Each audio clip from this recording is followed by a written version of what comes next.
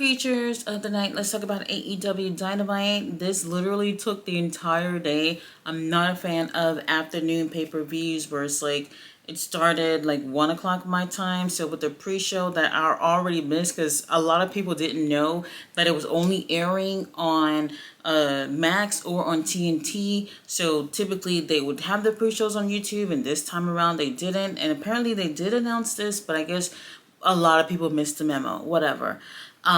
We did have a pretty good show today, and once again AEW gave us a really great pay-per-view. However, there are some things that obviously I didn't care for, and I guess some other people as well. We did start off with tag team action, which our Uncle Adam and our stepdaddy Christian going against FTR.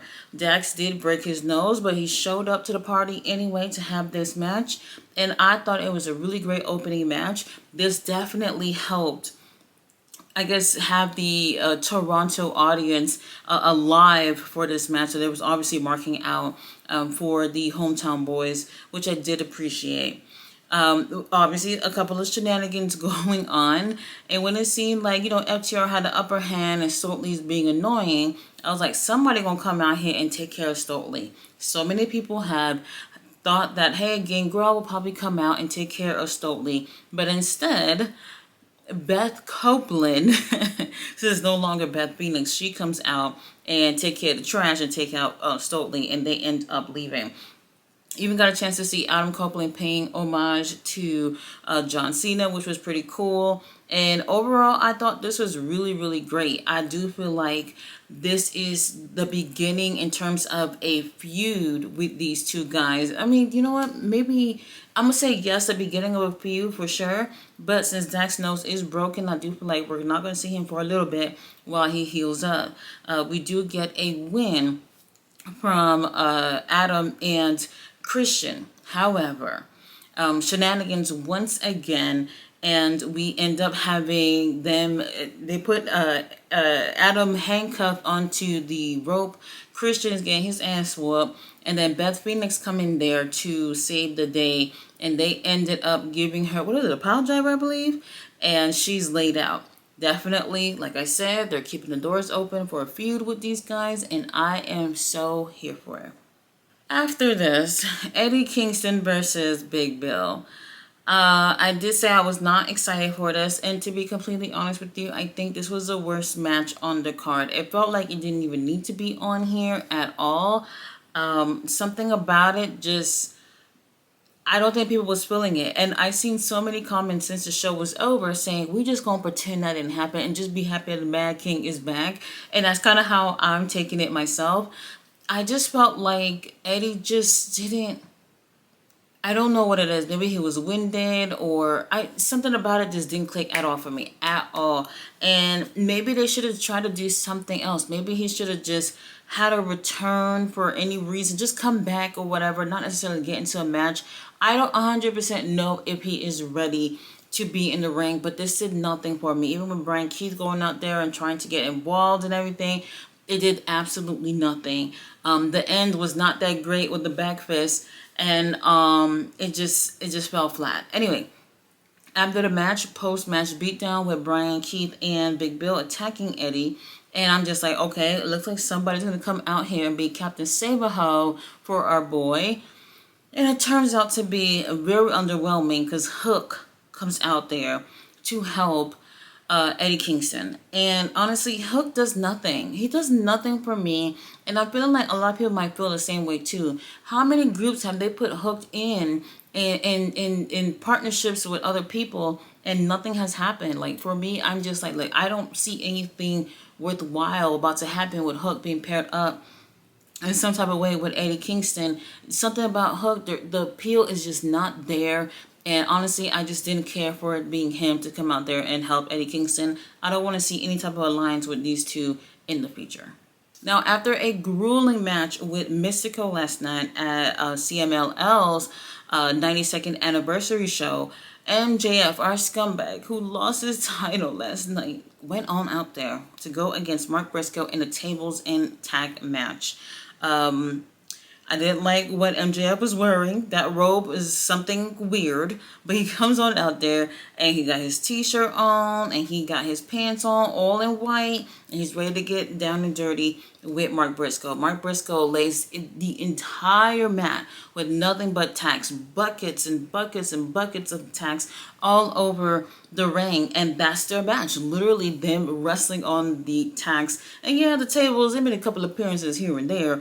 But the entire time is literally them on tacks. And I thought that this was a really, really great effort from both of these guys, especially after everything that MJF went through with his match with Mystico. This was a hard-hitting match. And y'all know Mark Briscoe do not play when it's time for him to have these type of styles of matches. He was bleeding like crazy. And the blood got all over the crotch area of MJF pants. And it looked like he was on his period. It was insane. Absolutely insane. But they did an amazing job. Like a J Driller from the top rope onto a table with tacks is absolutely insane. And Mark Briscoe ends up taking the win with a froggy. Was it a froggy bow? I believe it was a froggy bow.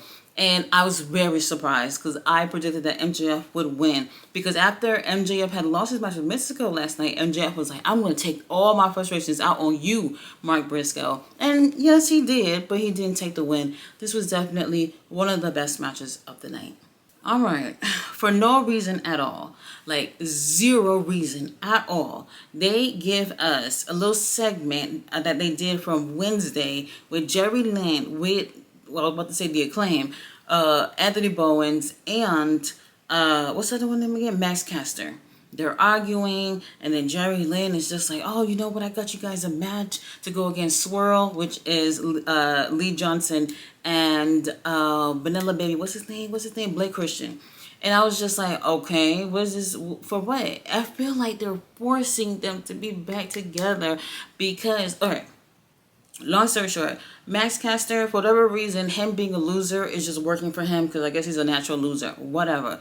But then Anthony Bowens, who I think myself and a lot of people always felt like if they were break up, that he would be the breakout out of the two, and it actually has not happened at this point, and it has nothing to do with the way either of these guys wrestle. This is all on him not having a character or the aura to connect with people, and that's the problem. And I feel like they're forcing the Acclaim to get back together simply because they haven't been able to do what they probably wanted to do with Anthony Bowens. And honestly, this was a waste of time to put on the pay-per-view. Y'all literally could have did this on Dynamite on Collision. Now, after this, really great matchup with one of the matches that I was looking forward to. Gates of Agony teaming up with Ricochet to go against the Hurt Syndicate. Oh my gosh. This is it. The Gates of Agony, they have not done a main card pay-per-view for AEW ever. And they showed up and showed out tonight. Ricochet was amazing. I don't care what anybody say. Ricochet, when he was in WWE, I thought he was great. But they did not allow him to shine. And finally, we're seeing that with Ricochet. He just looked like an absolute star in this match. And I loved it. Shelton, Bobby, MVP are monsters. And I loved it. They looked amazing. The crowd was fired up for this match as well. You know, I feel like Toronto, there was a little... No. Let me take that back. It wasn't that the crowd was up and down. It was the order of the matches. I really feel like... Obviously, it's important to get the order in a way that flows well, and I don't think the order flowed well enough to keep the crowd hot the entire night. At times, they were, really high, and at times, like crickets, because it's just like the order is just all over the place. Anyway, Trios match was really, really great. One of my favorite matches of the night. MVP ends up taking the L, but I do feel like, if anything... they really showed how well they are as a trios. And I take back everything that I said about Ricochet working with the Gates of Agony. They actually turned out to have great chemistry with each other. And I feel like this is a beginning of something beautiful. Now, what about Hurt Syndicate? I don't know. As a matter of fact, MVP, he looks really great tonight. We haven't seen him in the ring in quite some time. But I don't know if it's something that we're going to see him in the ring often, like we see Bobby and Shelton. Overall, this was definitely one of the better matches of the night. Mercedes versus Riho. Mercedes retained. I have nothing else to say. There's no connection. There's no connection with people in this match because there's no story, there's no nothing, there's really nothing going on. And I think what it is also when you feel like the winner had all like when you feel like the winner already walked in and there's no reason to really pay attention is literally that. And I hate to say that because like I always tell people, I try to encourage people to enjoy women in the ring, but we are not able to do that when you're giving people something that shouldn't even be on a pay-per-view. I'm sorry, like Riho, we love her or whatever, but why didn't y'all make people feel like they had to be invested in seeing a match like this? No feud, no nothing. Didn't care for it. It was okay. Definitely not something that I would recommend. I didn't care for this at all. She obviously ended up retaining. The only thing that I actually didn't care for, when she came out, she had what was it, 8 or 7 other guys that were all that all had one of her belts on their waist, and they looked like high schoolers. And I was like, so where are the big men? Where are like the meaty men? Where are the men from the gym? Where are those guys to hold your title? It's not important, but I thought that in comparison to all the cool interests that she's had, this was definitely one of the weaker ones for sure. Now, the AEW Unified title on the line, Kazuchika Okada versus Konosuke Takeshita versus Mascara Dorada. Holy shit. Why is it? And it's not just AEW. I just feel like no matter what promotion I watch, consistently the triple threat matches are like the best. Something about it where it's just like 3 people in the ring fighting for the same thing, or just something is just always a little extra special. Let me just say that from the very beginning, everybody was just like, okay, Mascara Dorada was only here to get pinned, and yes, he did. That's what he was there for. However, let's just be honest, he was the breakout in this match. He brought something different in the match where Okada and Takeshita are bigger dudes that are strikers, but then you have this high flyer come in the ring that is just moving in a way that Takeshita and Okada can only dream.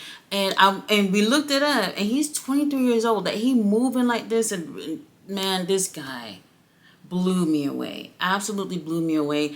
And I'm really glad that he was in this match because he was what this match needed. We had some interactions between Okada and Takeshita, but just enough for it to still tease you to want them one-on-one, which I did appreciate. And Mascara Dorada, he was getting his ass whooped by both of these guys, taking turns with him. But then you saw the switch in terms of him being the star of the match, and I was blown away.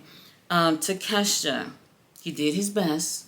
And I kept thinking, all right, somebody from the Doncast family gonna come out here and beat up Takeshita. They're gonna betray him or something. And that didn't even end up happening.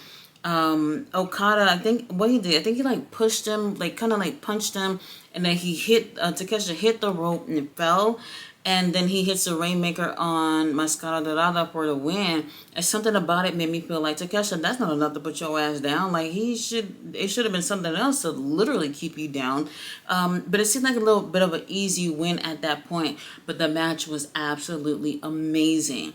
After the match, Takeshita, Okada staring each other down, and nothing happens. No post-match beatdown, no betrayal, no nothing. Okada and Takeshita just part their ways, and that's it. Just, I guess, a competitive match between 2 people in the same group. And honestly, I felt disappointed about that. And I think a lot of other people might have felt disappointed. But we'll see what happens in the upcoming weeks before Takeshita goes back to Japan.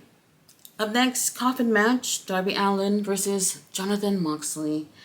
And I just thought, I was in between, but I felt like with the new development in terms of like Danny Garcia being part of the group or whatever, it would just be weird for the leader itself to just lose this match and then we don't see him or whatever situation is. We had 2 coffins, one for Moxley, one for Darby, and as Moxley's coming out through the crowd to go to the ring, Darby caught up with him and started fighting in the crowd. That lasts for a little bit until they make their way out towards the ring. While things are getting real hot between them, our boy Claudio Castagnoli, he's always dependable. And Wheeler Yuta comes out, Danny Garcia. Marina was already there because she came out with Jon Moxley. Now, after a while, John Moxley's like, no, I got this. This is easy work. Y'all can go. I got this. And he pretty much dismissed them, and they end up going. The match was pretty brutal, and the coffin that they were spending the most time working with, the lid was broken. So at times, it made things a little bit tricky to do certain things because at times the referee had to hold it open for them, or they're trying to pry it open without it closing. So at times that part got in the way. Now, y'all remember Danielson, he had whispered something into Darby's ear the other day. And when Darby was outside of the ring by the announce table, here is Danielson sneaking over a little bag to him. And he gets into that bag, and the bag had a plastic bag in it. The same bag like what they did to Danielson. I was like, Danielson ain't that type of man. Why would he do something like this? Now, he actually takes it and uses it on Jon Moxley in the match. And, you know, Jon Moxley didn't die or anything, obviously. And he even rips it open because it's like, it's a plastic bag. Like, if you are smart, you'll just rip the damn thing because it's really nothing. Now, obviously, he's not happy about this. And to really put the nail in the coffin, our boy comes back. Pac. Oh, my God. First of all, when Pac came out there, I had no clue it was him. His hair was cut short. He was wearing all black. And it just looked like a completely different person. Everybody was like, he looked like Austin Aries. And I was just like, what the fuck? And honestly, I see it. I absolutely see it. He comes on out there and he attacks Darby. And he throws Darby onto the casket that's outside. And when I say Darby Allin looked like he probably crushed his entire spine hitting that coffin, I was just like, oh, it's a done deal. I don't know if Darby will even be able to get up. But anyway, Jon Moxley ends up taking the win, and rightfully so. A little bit later on, oh, wait. Before I talk about later on, the entire group, they all come out there, and they literally take the coffin with Darby in it to the back. And then later on, we see all the Death Riders. They're somewhere in the back of the building or whatever. Darby's still in that coffin. And they're going to drive away. Mox is like, all right, y'all can go ahead and go in the truck. I got it from here. And he goes and he stays behind while everyone else drove off in the truck. And then Darby just throws open the damn door. And then he hits that pipe that was in his hand on Moxley's throat. Puts Moxley in a body bag. And he sprayed something on the body bag. And then he lit that shit on fire. And then that's when security want to come out there. I said, hold on. So now y'all coming out? After he had killed that poor man, now you guys are coming out. Now, they end up separating him. And the fire actually didn't really last long. It was just only a couple of seconds or whatever. And then somebody came out there with the extinguisher. And I was just like, holy shit. This is just beginning. Or I don't want to say just beginning because it had been feuding for a little bit. But the story is definitely taking another turn. And I'm so surprised that no one in the truck even saw what the hell was going on right behind them, which was very interesting. If it wasn't for the useless security guards, maybe Jonathan Moxley would have got burned alive. All right, long story short, Conglomeration back there celebrating with Mark Briscoe about his win. And they're saying that they want to go against Don Callis' family in a trios match. So Mark Briscoe is going to be teaming up with Hologram. And the whole time that he's talking and preaching and everything, Kyle O'Reilly's on the phone with somebody. And then Mark was just like, did you ask him if he can join our match? And then he goes on and said, yeah, he said whatever. And I was like, no. You guys know how I feel about Orange Cassidy. I don't hear nothing about Orange Cassidy. So we'll see what ends up happening on Wednesday. But I feel like that was a dead giveaway. Anyway, women's title on the line. Jamie Hayter versus Toni Storm versus Tekla versus Chris Statlander. This was bad placement for this match. The way that the crowd reacted after a match like the Coffin match, they were tired, I guess. If anything, this is what I mean when I was saying that the order of the match really mattered, and I felt like the crowd used all their energy towards the Coffin match, and by the time the girls came out there, you know, everybody's going to get their snacks and whatever, and trying to relax from what just happened in the Coffin match, which was kind of crazy. Long story short, it was okay. I didn't care too much for it, but exactly what I wanted to happen happened. Now, Wheeler Yuta, he came right before the match started, and he's already talking to Statlander, and I'm just like, yes, Wheeler Yuta, we need you out here to hype our girl up. Now, Statlander is just shooing him away like a fly, like, I don't need you, you can go. And she ends up having her match and takes the win via seat belt onto Toni Storm. The seat belt obviously being a way that Wheeler Yuta typically uses this to pin his opponents for the win. And I was so happy about this. Finally, after 6 years of her being in that company, she finally got the women's title. Toni Storm looks shocked as hell. And the way she acted in terms of her being shocked and everything after that match, I was just like, girl, it's still cinema. She's letting y'all know the camera is rolling and I'm ready to get this part. And I love the way she acts so surprised. And she kept turning back and looking at her as she's going away. And then Hardy Cameron, she came on out to celebrate with her. And I was just like, yes, Statlander, whoop her ass. Turn heel and whoop her ass. And unfortunately, she did not. Up next, ladder match, we have Brodito champions coming in. They didn't come with the titles. The titles were like above the ring or whatnot. They're going against the Young Bucks.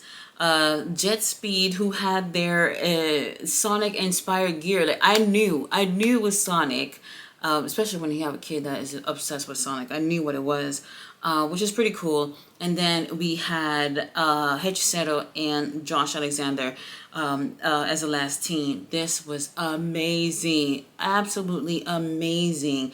A really fun watch here. At times, I felt like the Young Bucks are going to take it. And I didn't want that. They've already had the titles too many times, in my opinion. There's too many teams in the company for it not to go around to other teams before we got to that point. Brodito, I am really impressed with them as a team. This is one of the few situations in wrestling where you just throw two random people together and hope that it works. And they absolutely just fucking work. And it's amazing. They had their matching gear tonight. It was like purple and black, and then you can see the black and white on Bandito's mask, which is like the same design as a Brody boots, which is so cute. I love cute little shit like that. But anyway, this is one of my favorite matches of the night. Uncle Don is busy. He's booked and busy. No matter what's going on, he don't get a chance to sit down or nothing. That man is busy doing commentary pretty much all night with all his guys out there. Very intense matchup. Speedball Mike Bailey. If he ain't dead, he is not well right now, okay? The spots that he has took, that last spot outside the ring, which is absolutely insane because I just feel like he never got up. He never got up until after the match was over when I saw him crawling on the floor. I wouldn't be surprised to hear, I don't want to hear no injuries, but I'm just saying I wouldn't be surprised if there's something broken or whatever. It was just really intense, and I felt like as great as this was, they took so many risks with these ladders to just in the name of entertainment. And a lot of the things I felt like, y'all don't really have to do all this. We love y'all. Don't put your body on the line to kill yourself just to entertain us. And honestly, I felt like this was really great. And this is one of those situations where I feel like it should definitely light a fire up the company's ass for them to say, yo, our tag division is amazing and we need to be doing more with this division. Brodito ends up retaining, and I'm so glad that no one else won. I wouldn't be ready to see any other team holding this title, not just yet. Now, when everybody's making their way out, the Young Bucks are still in the ring, and then Jack Perry come on out there. Jack Perry ends up trying to fight both of these guys, and obviously it's 1 against 2, even after a crazy ladder match, and then here comes the lights turning off, and then you're starting to see, I don't know if you remember, when Luchasaurus came the first time, when he returned, there was like somebody who made him come back alive, kind of like a Frankenstein monster type of situation.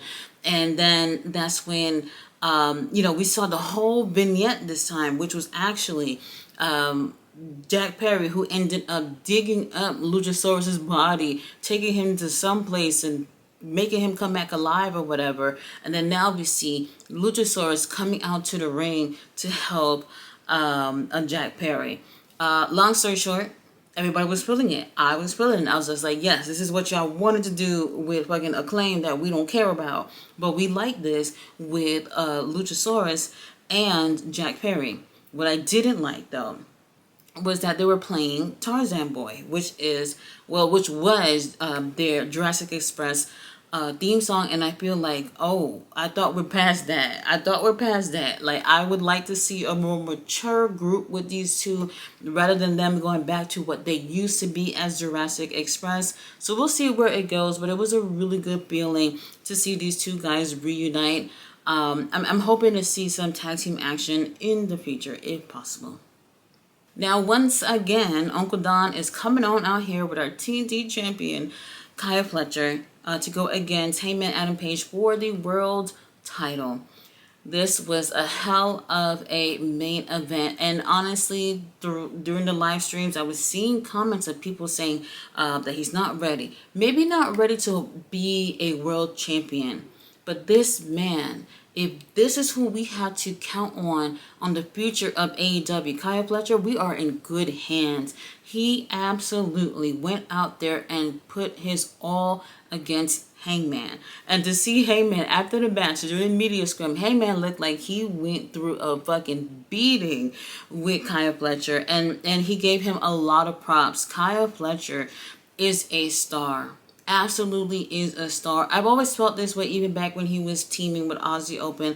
I always felt like there was something special with him. When he started doing his singles run, I was just like, wow, he is a lot better than what people think he was. And that little run that he had as TV champion on Ring of Honor, that went kind of quickly because of the things that he was doing over there. I was just like, oh no, he main roster ready. This man is absolutely the future of this company. After like 50,000, 11 billion, trillion brainbusters to Hangman, he ends up falling short. And our boy ends up taking the win with the buckshot lariat. It was absolutely amazing. Almost 40 minutes of these two guys damn near killing each other in the ring.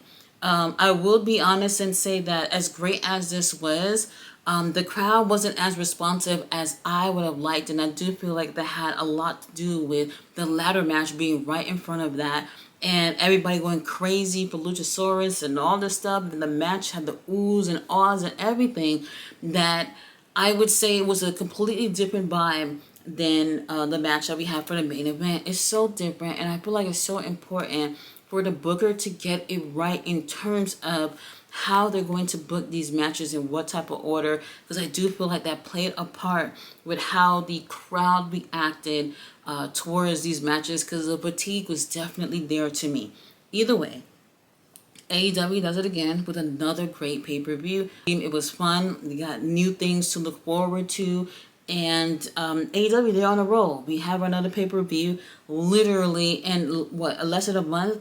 On the 18th of October, Wrestle Dream is right around the corner. And AEW already said that Tony Khan got a little announcement on Wednesday.